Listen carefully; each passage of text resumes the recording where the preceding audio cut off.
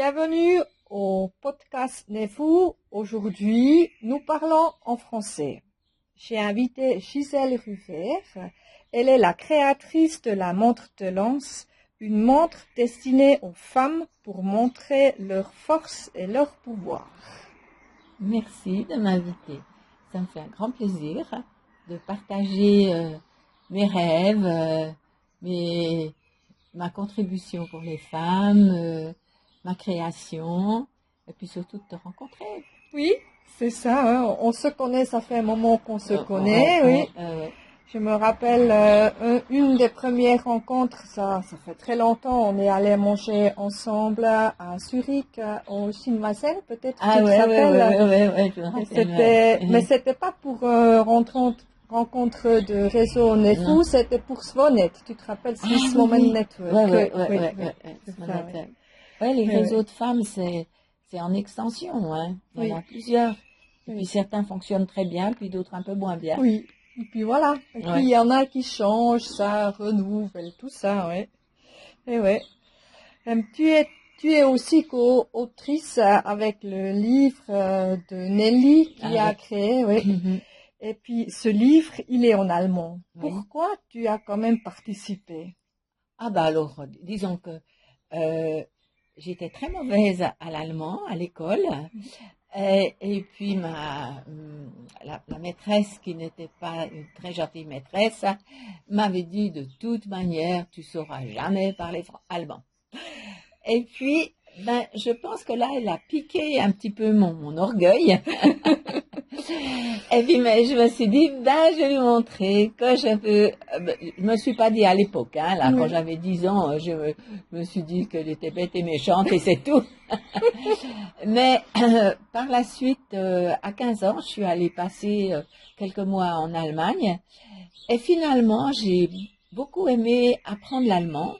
Et à la fin de mon séjour, il y en a qui pensaient que j'étais de langue allemande. Ah ouais. Mais bon, depuis quand j'avais 15 ans, tu vois, ça fait quelques années, j'ai un petit peu oublié. Mais je comprends très bien.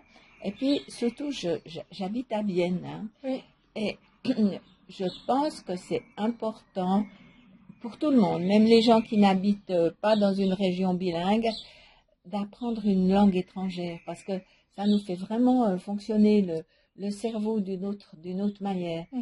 Et des fois aussi, pour les mots, on trouve pas le mot, la traduction exacte d'un mot. Tout à coup, aussi bien dans un sens que dans l'autre. Et puis ça, j'adore la langue, j'adore le français, j'adore la langue, j'adore jouer avec les mots. Cet amour des mots, je l'ai aussi en allemand. Alors parfois, tu vois, par exemple, une des dernières choses qui m'est arrivée, de trouver à traduire aimable. Hein? Et en fait, je crois qu'il n'existe pas de traduction exacte de aimable. Non, hein? Je pense aimable, c'est d'être en allemand, juste freundlich. Ça, c'est amical. Oui, c'est amical, mais aimable, c'est quelqu'un, littéralement traduit, quelqu'un on aime bien. Voilà. Mais ça n'existe pas en allemand. Ouais. Alors, tu vois, je me souviens qu'avec des Allemands, on avait des personnes de langue allemande, on avait cette discussion. Alors, il y en a qui m'ont dit Liebenswert. Enfin, on a trouvé tout un tas de traductions, mais il n'y en avait pas une qui voulait dire aimable en français. Alors, tu vois, ça, je trouve que, est-ce que c'est parce que les gens qui parlent allemand ne sont pas aimables? Je ne crois pas. Je crois pas. Non, mais c'est vrai quand tu dis que quand on parle une ou plusieurs langues, c'est vraiment que moi, je switch assez facilement. Hein. Quelqu'un me parle en suisse allemand ou en allemand, je parle en allemand. Quelqu'un qui me parle en français, je parle en français ou en anglais. Donc moi, je fais les switch. Par contre, vu que je suis bilingue comme ça, ou trilingue même, parfois il me manque les mots. Ah ouais. Donc, tu le dis dans ta langue. Oui, mais même parfois quand je le cherche dans la langue que je parle, après je l'oublie dans ma langue maternelle. Donc voilà, ça c'est pas forcément. Moi aussi, que je passe d'une langue à l'autre. Et puis après, quand on me demande, mon mari des fois il me demande, mais tu lui as parlé dans quelle langue? Je dis, écoute, je sais pas. On a communiqué, c'est tout. Et ce que j'ai remarqué aussi, c'est que j'ai une petite fille, donc qui est elle parfaitement bilingue. sa maman parle allemand et son papa français. Et puis, elle est allée en vacances, elle devait avoir 12, 13 ans, comme ça, en Espagne. Et puis j'ai dit, mais comment t'as communiqué? Ah ben écoute, j'y comprends rien, mais j'y comprenais ce qu'il disait. Alors c'est moi qui faisais la traductrice avec les autres.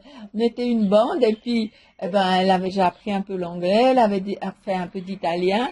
Elle a dit, mais je comprenais ce que tout le monde disait. Parce que dans son cerveau, quand tu sais plusieurs langues, tu sais aussi interpréter les significations. Oui. C'est quelque chose qui se fait dans le cerveau. Et même si tu ne sais pas exactement ce que l'autre a dit, tu arrives à reconstruire en ayant piqué quelques mots. Mhm. Hein? Mhm. Voilà. Mhm. Ce n'était pas vraiment le thème de la discussion. Non, Mais mais c'est pas grave, hein. On laisse suivre et tout ça, hein. J'ai posé la question, pourquoi le livre il est en allemand, et puis tu m'as répondu, et puis on est un peu allé plus loin, mais voilà. c'est pas grave. Non. Oui, Ouais. oui. Oui. Tu as créé cette montre de lance que tu portes aussi tu portes aussi Pendentif, hein. le pendentif. Mhm.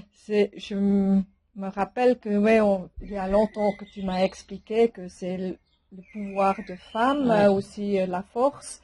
Puis tu l'as créé parce que où tu as travaillé à personne qui a voulu créer une montre un peu spéciale pour les femmes. Ouais. C'est juste. Alors, pour te dire, parce que en écrivant mon livre, je me suis rendu compte, donc j'ai participé au livre de Nefou, Oui. mais j'ai aussi écrit mon histoire. Oui. Et je l'ai écrit avec quelqu'un d'autre, hein, parce que je suis pas écrivaine et puis que je voulais que ce soit bien écrit, bien construit et tout. Et puis, en l'écrivant, la personne qui m'aidait, qui a fait l'écriture finale, elle m'a dit, mais au fait, en lisant ton histoire, c'est comme si t'étais né pour faire ça. Ah, Parce oui. que au fur et à mesure de ta vie, tu as fait des choses, des expériences, tu as appris des choses qui t'ont amené à avoir en main toutes les clés pour pouvoir réaliser ce que tu as réalisé. Oui. Et c'est vrai, je dois dire, je donne des conférences aussi, hein. Mhm. Et puis, un de mes thèmes, c'est ta vie est un roman, écris-la. Mhm. Your life is a novel, write it down. Yeah. Et c'est en écrivant son histoire pour la publier ou pour la voir pour soi qu'on arrive à suivre le fil de son évolution. Mhm. On a parlé un peu de nous deux tout à Mhm. l'heure, et c'est vrai, il y a une chose en entraîne une autre, qui en entraîne une autre pour nous amener à un point où on devait aller. Oui. Hein. Oui. Donc je recommande à tout le monde d'écrire son histoire, même Oui. si c'est pas pour la publier, ne serait-ce que pour soi-même, et puis pour laisser une trace pour ses petits-enfants et petits-enfants. Voilà. Voilà. C'est bien, c'est intéressant parce que quand j'observe chez moi, j'ai fait cuisinière, après j'ai fait une formation pour travailler dans un bureau parce que ça m'a plus tellement plu les horaires et l'ambiance dans la cuisine, parce que c'est quand même rude, hein. Ça je sais, ouais. Et puis après j'étais au bureau, mais c'était bien, mais ça m'a pas ouvert le cœur. Et puis Ouais. j'ai déménagé ici à Bienne, ça fait déjà plus que 20 ans. Et puis là, j'ai rencontré l'aïkido, l'art martial japonais que je pratique, plus le feng shui avec un livre que j'ai lu. Puis là, là j'ai vu que ah oui, c'est ça que ça m'inspire. Là, je peux aller creuser qu'est-ce qu'il y a encore dedans et tout. Puis c'était ça. Puis maintenant, ma patience de cuisinière, je lis avec le Japon. Et puis comme ça, c'est aussi une file qui me... Alors, et je pense que si on arrive à suivre le fleuve de la vie, c'est là qu'on arrive à être qui on est, qui on peut être. Oui. Hein? Mais en fait, ce que tu racontes, ça ressemble à ce que j'ai fait. Donc moi, j'ai dû quitter l'école, j'avais même pas 15 ans. J'ai travaillé dans le commerce de ma maman j'étais l'aînée de 5 enfants, la fille, donc c'était normal, je secondais ma mère à la maison, avec mes frères et sœurs, au magasin. Alors je dois dire que là, j'ai appris à travailler comme les petits commerçants de 8 heures du matin à 8 heures du soir.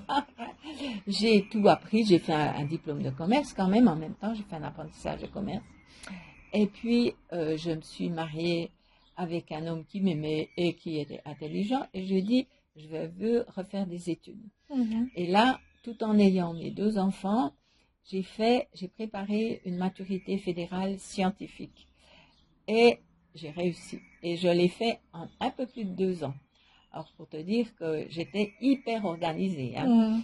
Et je faisais tout. Je faisais tout à manger. Enfin, voilà. Je sais pas maintenant comment je faisais, mais enfin, j'avais 20 ans. Ça a marché. Donc, Ça a marché. ouais.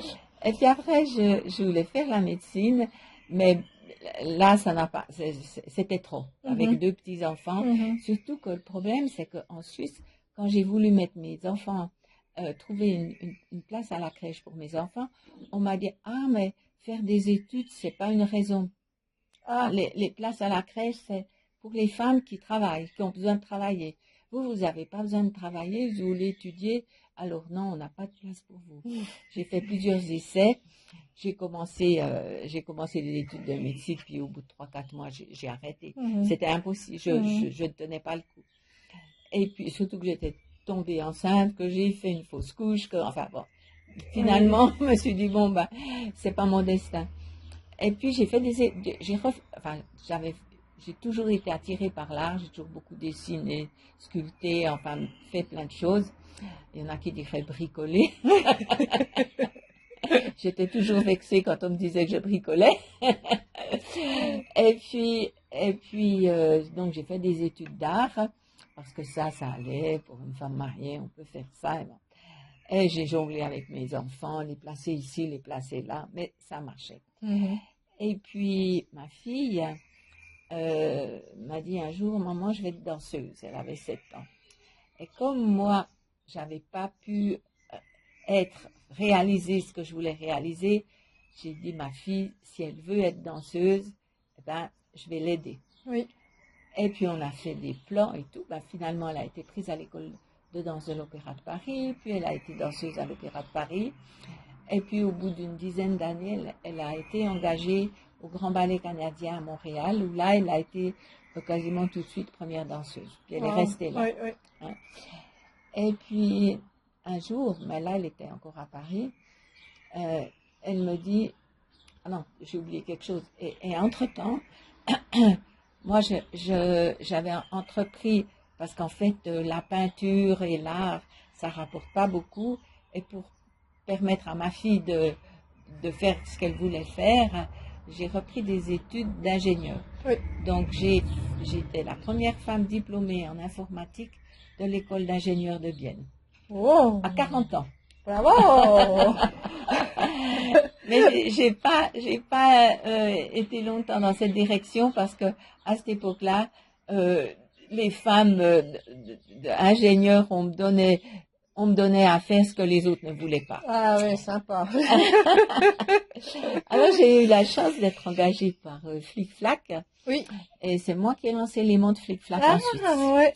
Ma sœur, elle a eu une flic-flac. Ah voilà. Oui. Ben, je pense que la moitié des personnes qui nous écoutent ou de leurs enfants ont eu des flic-flac. Oui. Ça a été un grand succès, et j'ai passé directement comme chef de produit chez Omega. Oui. Où là, je pouvais vraiment lier. Alors, flic-flac, je me suis amusée, franchement. Alors, j'ai travaillé là, c'était 12 heures par jour. Ouais. J'ai sillonné toute la Suisse. Enfin bon, c'était hyper intéressant. Je me suis beaucoup amusée. Mais au bout de 3 ans, bah, j'ai exprimé le désir de faire autre chose, et j'ai été engagée comme chef de produit chez Omega. Et là, j'ai aussi adoré, parce que j'utilisais plus un peu aussi mon côté ingénieur et créatrice, les deux. Oui.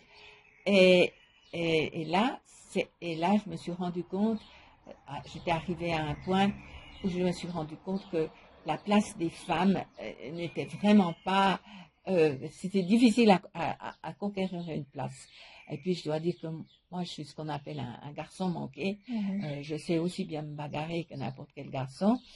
Et puis, Et j'ai vraiment pris conscience qu'il fallait faire quelque chose, que, il faut développer la solidarité entre les femmes, parce que si les femmes, elles savent être solidaires dans les moments difficiles, alors c'est clair que si vous avez des problèmes de santé, des problèmes de garde d'enfants, des problèmes qui sont liés à tout ça, les femmes, elles collaborent sans problème. Puis vous voyez ça dans toutes les civilisations depuis les temps les plus anciens. Mais s'aider les unes les autres à réussir, c'est autre chose. Il y a tout de suite un petit peu de jalousie, et ça, c'est quelque chose qu'on doit éliminer, parce qu'on va grandir tout ensemble. Et mais disons peut-être, on dit, notre relation à nous deux, c'est ça. Tu n'es pas jalouse de moi, je suis pas jalouse de toi. On est juste deux femmes qui essayons de faire le mieux qu'on peut de notre vie, de développer nos talents et tout ça. Alors, vraiment, j'encourage toutes les femmes qui m'écoutent, enlevez de votre esprit tout jugement et toute jalousie. C'est ensemble qu'on va changer le monde. C'est pas Et puis là, au bout de 3 ans chez Omega, on a changé de chef, et le chef suivant, j'ai eu des problèmes avec lui. Je ne vais pas trop vous expliquer, mais enfin bon. Ce qui fait que j'ai quitté Omega. Et là, j'ai eu du mal, parce qu'après avoir été à un poste assez important dans une grande entreprise, c'est difficile de retrouver du travail, et puis aussi difficile de trouver au même niveau. Parce que, comme au Japon, on recommence tout en bas. Voilà. Et puis, au bout de 2 ans de tergiversation très difficile, j'ai décidé de créer mon entreprise. Et là, je dois dire que ça a été le cadeau que m'a fait ma fille. Parce que j'hésitais. J'hésitais parce que je me disais, si tu te lances, tu crées ton entreprise, je vais plus avoir de salaire. Je vais engloutir nos réserves, notre argent de côté. J'hésitais. Et puis un jour, ma fille, elle me téléphone. Non, c'est pas vrai, c'était une autre fois. On était à Paris, au Train Bleu, à la gare de Lyon, merveilleux restaurant. Si jamais vous y allez, ne le manquez pas. Et puis tout à coup, elle me dit, mais donc elle m'accompagnait à la gare, on attendait le train. Et puis, on était bien installés, là, tranquille. Moi, mon petit café, elle son thé. Et puis tout à coup, elle me dit, tu sais, maman, quand j'y pense, t'es vraiment pas un exemple pour les femmes. Et moi, j'ai dit, ah bon? Pourquoi? Elle dit, ouais, tu dis toujours, parce que je suis féministe depuis la nuit des temps, tu dis toujours aux femmes qu'elles doivent aller au bout de leurs rêves, qu'elles doivent se prendre en main, qu'elles doivent vivre leur propre vie, puis pas la vie des autres. Tu m'as toujours soutenue, tu as soutenu plein d'autres gens. Puis toi, tu as un rêve, puis tu attends. Et puis à cette époque-là, je devais avoir 45 ans, quelque chose comme ça. Elle me dit, mais parce que tu sais, elle devait en avoir 20, puisqu'elle a 25 ans moins que moi.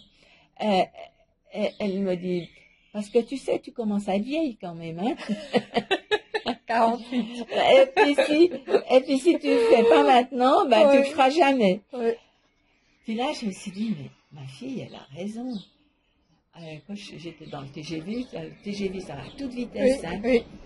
Et puis t'as le paysage qui défile. Et puis ça m'a mis à ma vie, tu vois. J'étais arrivée à 45 ans, j'avais été dans un TGV. J'y étais arrivée à 45 ans, je ne m'étais même pas rendu compte que j'étais déjà là. Et puis que si je voulais réaliser mon rêve, Rachel, elle avait raison, il fallait que je le fasse maintenant. Alors, tout à coup, j'ai été... Alors, tu m'as connue, j'étais encore vraiment dans le pushy, là, c'était comme un bulldozer lancé à pleine vitesse. J'ai démarré et j'ai décidé de créer mon entreprise. Mais le concept, je l'avais déjà. Ce concept, c'était tout prêt, mais je ne me lançais pas. Je ne sais pas si j'avais peur, si je ne me faisais pas confiance, peut-être que je pensais que je n'avais pas le droit. Je ne sais pas quelles étaient mes pensées, ce qui Oui. m'empêchait d'aller de Oui. l'avant, mais je partais pas, puisque ma fille m'a dit, paf, tu Oui, vois, c'était oui, comme oui. ça. C'est comme une baffe, tu le fais ou tu le fais pas. Et puis, en fait, pour vous expliquer le concept, ce que j'avais remarqué justement, c'était peut-être un petit peu le manque de solidarité des femmes qui veulent réussir. Et puis aussi que le temps des femmes est différent du temps des hommes. Oui. Les hommes, ils ont un chemin linéaire. Ils font les choses l'une après l'autre. Oui. Tandis que nous, les femmes, on a un chemin cyclique. Alors déjà, jusqu'à 13 ans, il n'y a pas beaucoup de différence entre un garçon et une fille. Après, tout à coup, on a nos règles, ça nous bouleverse, ça change toute notre vie. Et puis tout à coup, on se marie. Alors là, tout à coup, on se rend compte qu'on est une femme et puis pas un homme, avec tout ce qui va, les choses bien et les choses moins bien qui vont avec. Puis après, on devient responsable, beaucoup plus responsable, je trouve, que la plupart des hommes. Après, on a des enfants. Non, mais ça bouleverse la vie de fond en comble encore. Et puis après, les enfants partent. Il faut de nouveau s'adapter. Et après, on a la ménopause, il faut s'adapter. On passe notre vie à s'adapter au fait d'être femme. Oui. Mais en même temps, ça nous donne cette capacité d'adaptation. Et je pense que c'est une des raisons pour lesquelles les femmes vivent plus longtemps. Parce qu'on s'est toujours adapté à des autres situations, des autres circonstances. Alors, je voulais montrer ça. Et puis, je voulais aussi, en ayant fait tout ce que j'avais fait et travaillé dans l'horlogerie, qu'en fait, dans l'horlogerie, 50% des travailleurs sont des travailleuses. Et qu'on n'en parle pas. Les gens, quand je dis, mais ça, ils me disent, mais non, en horlogerie, il n'y a que des hommes. Non, non, il y a plein de femmes. Mais au niveau inférieur. Donc maintenant, ça commence un petit peu à changer, mais pas encore autant qu'on voudrait. Hier, j'ai donné une conférence, puis je parlais de ça. Il y avait une vingtaine de jeunes femmes. Quand je leur parlais des problèmes que j'avais eus, elles m'ont dit, ça n'a pas beaucoup changé. Alors, apparemment, c'est toujours difficile pour les femmes de se faire un chemin dans les grandes entreprises. Hein. Et puis, donc, je voulais montrer le talent des femmes et j'ai tout créé avec des femmes. Donc, moi, j'ai eu l'idée du design, mais j'ai travaillé avec une designer et puis après avec on appelle ça une sculptrice pour faire transformer le dessin en montre. Hein. Alors là, on a fait ça. Enfin, c'est elle qui le faisait, mais moi, je disais encore un petit peu plus ici, encore un peu plus là. Elle était les mains. et puis après, j'ai dû trouver des fournisseurs. Et là, j'avais les adresses où j'avais travaillé avant. Et là, dans quasiment toutes les entreprises, il y a une femme qui est numéro 2 ou numéro 3, qui est derrière, qui fait. Et là, il y a eu comme un enthousiasme de mes fournisseurs, masculins ou féminins, mais j'étais la plupart du temps en relation avec la femme qui était devenue responsable de la montre. Alors en fait, je peux dire que la montre que j'ai créée, elle a été créée par des femmes, pour des femmes. Et elle symbolise le talent et l'énergie créative des femmes. Mais j'ai poussé les choses si loin que j'ai pris une fiduciaire femme, une avocate femme, les photographes pour faire les photos femmes. Enfin, j'ai trouvé, c'est pas que j'aime pas les hommes, hein, au contraire, j'ai un mari, un fils, deux petits-fils, un frère, enfin, j'adore les hommes. Mais je voulais que ça soit le symbole du talent et de la collaboration entre femmes. Qu'on est capable de travailler ensemble sans se bouffer le nez. Hein? Mais Nez-Fou, c'est ça. Oui, c'est ça, oui. Nez-Fou, c'est ça. On se connaît depuis bien longtemps. Moi, je connais des personnes de Nez-Fou. Avec Nelly, c'est la même chose. Moi, j'ai créé une montre, elle a créé un réseau. Et toi, tout ce que tu fais, c'est la même chose. Mais on le fait chacune avec notre talent propre. Hein? Alors voilà, donc j'ai créé cette montre, mais en parlant c'est un peu difficile à expliquer. Moi je vous conseille d'aller faire un tour sur le site de Oui, oui. Lens. On va mettre dans l'explication le lien du site, comme Voilà, ça tout le monde peut aller voir ce que les c'est, montres de Lens, ouais. les montres et tout ça, oui, oui. Oui, Et puis il y a une chose qu'on me demande aussi, je suppose que c'est dans tes questions, oui, peut-être. pourquoi, pourquoi le mot de Lens? Oui, Alors, mon papa, il est décédé quand j'avais 8 ans oui, et il était sur le point de créer son entreprise horlogère. oui. Mais on est d'origine française, mais ils étaient venus s'établir en Suisse. Et ils faisaient le commerce de montres de la Suisse à la France. Oui. Et là, il était justement en train de créer sa marque Mhm. qu'il appelait De Lens parce que c'est issu de notre nom de famille. Oui. Et puis, je me suis dit, bon, je crée cette montre pour ma mère, pour mes sœurs, j'ai 3 sœurs, pour toutes les femmes du monde. Mais, en fait, ma relation au père, elle est importante. Oui. Et ma relation aux hommes est Oui. importante. Oui. Et c'est pour ça que j'ai donné le nom de mon père. Mm. Pour ça, mais aussi, on est aussi toutes les deux un peu dans la symbolique, hein, j'ai le chiffre 7 qui est un chiffre qu'on dit divin, mais il est très équilibré, il est très beau, en l'écrivant il est très beau, en le prononçant il est beau, et 7 c'est 3 plus 4, Mhm. Mhm. ce qui fait que on arrive à faire, si on voit la montre, la forme de la montre de Lens, elle est, comment je veux dire, les deux côtés sont pas pareils, Oui. hein. Oui.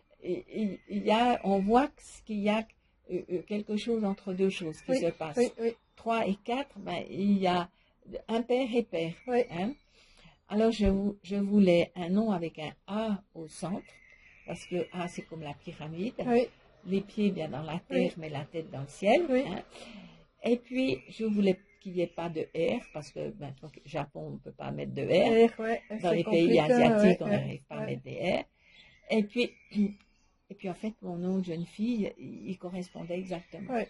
Puis, en même temps, ça me reliait à mon père. Ouais. Donc, c'est aussi, comme on disait, ça s'est découlé tout seul que Oui. j'ai appelé Oui. ma marque de Lens. Oui, c'est bien, c'est intéressant. Ouais. Ouais, je savais pas. Non, Ça, mais je savais je peux pas, en ouais. dire plus encore Oui, sur oui, la oui. symbolique, mais Oui, mais je hein. pense que oui. Et tu as aussi sûrement beaucoup écrit sur la symbolique sur le site et tout, Oui, non? oui, c'est Oui, écrit, mais pas dans les détails. C'est oui, plus, on trouve plus de détails dans mon livre, dans ton hein, livre, oui, alors qui s'appelle Papillon dans la tempête, oui. et qu'on trouve en français, en allemand, en anglais, en espagnol, en italien, et bientôt en russe. Waouh, Ouais. ouais. C'est Pas bien. encore en japonais. Oui, mais bon, voilà. T'as dit que ouais, Nelly a créé le réseau de Nefou. Et puis, ben, on se connaît aussi là, le réseau de Nefou, ou faire des réseaux entre les femmes, c'est vraiment de se soutenir, de pas faire la guerre, c'est surtout ça. J'ai ressenti parfois aussi des réseaux que j'ai participé que pas la jalousie, mais un peu style concurrence. Voilà, ouais. Et puis c'est vrai que d'être ou de participer à faire des réseaux, à faire des réseautages si on veut, c'est aussi de se montrer et puis de soutenir quelqu'un qu'on n'est pas forcément. Hein. Si j'attends, ouais, j'ai besoin de quelqu'un qui fait ça ou bien ça, ouais, je dis, ah oui, je connais là quelqu'un et tout ça. Quelle est pour toi la signification de créer des réseaux? Tu as déjà un peu expliqué, mais qu'est-ce que c'est vraiment la Alors, ce qu'il y signification a, pour c'est que toi? j'ai grandi à Porrentruy, hein. Oui, Et Porrentruy, c'est une petite ville où tout le monde se connaît. oui, Et puis, quand on avait besoin de quoi que ce soit, on demandait, tu connais quelqu'un qui sait faire ça? Gna, gna, gna. On n'avait pas, à la limite, pas besoin d'avoir de réseau, puisque 7000 habitants, le réseau, il existait. existait. Oui. Voilà. Et puis, quand je suis arrivée à Vienne, eh ben, je connaissais personne. C'était vraiment, j'étais l'étrangère. Et puis là, j'ai commencé à me dire, mais c'est vrai, mais comme j'ai bien discuté, et puis je suis pas gênée et tout, je me suis assez rapidement intégrée, j'ai fait partie de différentes associations, mais pas de réseau, hein, Oui, mais des associations. Puis c'est là que je me suis aussi rendu compte quand finalement, en participant, par exemple, j'ai été très longtemps au FRAC, oui, hein, et là, c'était clair, c'est le FRAC, tu connais à oui, Vienne, hein. oui, Ben, c'est aussi un réseau oui. en soi. Mhm. C'est pas officiellement un réseau, mais c'est un peu un réseau.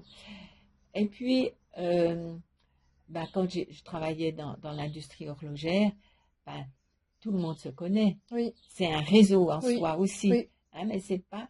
Mais et puis les hommes, ben, ils ont plein de réseaux, hein. oui, Ils vont au service militaire, ils font du sport, ils font partie d'équipes et tout ça. Et les femmes assez peu, hein. oui, Et puis, j'avais lu un article de Nelly tout au début, donc ça devait être oui, en 94, quelque chose comme oui, ça. 93, 94, Ouais, ouais, très ouais, très tôt. oui, J'avais déjà l'idée de l'adolescence, oui, mais c'était pas encore, ça n'existait pas encore. Et puis, euh, je lui ai téléphoné, puis elle faisait une séance, je sais plus si c'était à Nyon, je crois, ou à Morges, quelque chose comme oui, ça.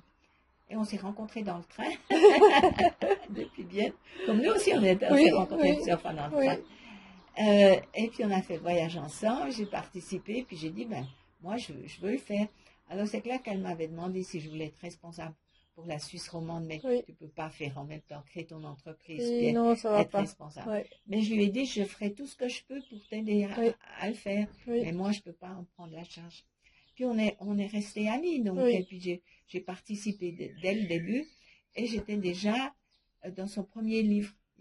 Avant ce Oui, livre-là, il y a un autre il y livre a un qu'elle a autre. écrit, oui, Ouais. oui, Alors j'étais dedans. Ce qui fait que j'ai rapidement connu plein de monde. J'ai participé depuis sa création oui, de Nefou. oui, Et, et j'ai rencontré bien des femmes oui, avec qui j'ai collaboré. oui, Parce que tu vois, par exemple, dans une entreprise, j'ai travaillé avec tout un, tout un réseau de personnes, oui, photographes, graphistes, designers, tout un réseau de femmes. Et en fait, ces femmes, c'est le réseau de Mais j'en ai jusqu'à Genève, j'en ai à Zurich, tu vois, des personnes, je ne veux pas dire qu'ils sont devenus des amis, mais quand on se rencontre, ben, c'est amical, oui, tu vois. oui. C'est comme si c'était, on n'est pas vraiment amis, mais Non, mais c'est une sorte d'amitié. On aime bien partager. On raconte de tout et n'importe quoi. Je ouais, dis ça un peu salope, mais c'est vrai qu'après, on a une base. ouais, On est indépendant, on a notre entreprise, ouais, même si on n'a pas le même âge, mais ouais. moi je dis toujours, on peut toujours apprendre de l'autre. Ah Et ouais. puis ça, c'est quelque chose de très intéressant pour moi. Ouais. Alors, par exemple, là, tu as dit quelque chose, l'âge. Oui, Quand on a une connexion avec une personne, l'âge ne compte pas. je ne compte pas. Hein. Hein. Oui.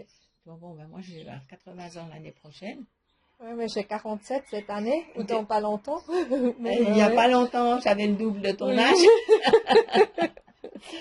Euh, mais on parle comme deux femmes. Oui, Moi, je me dis pas, elle a 47, moi, j'y pense pas. oui, Hein.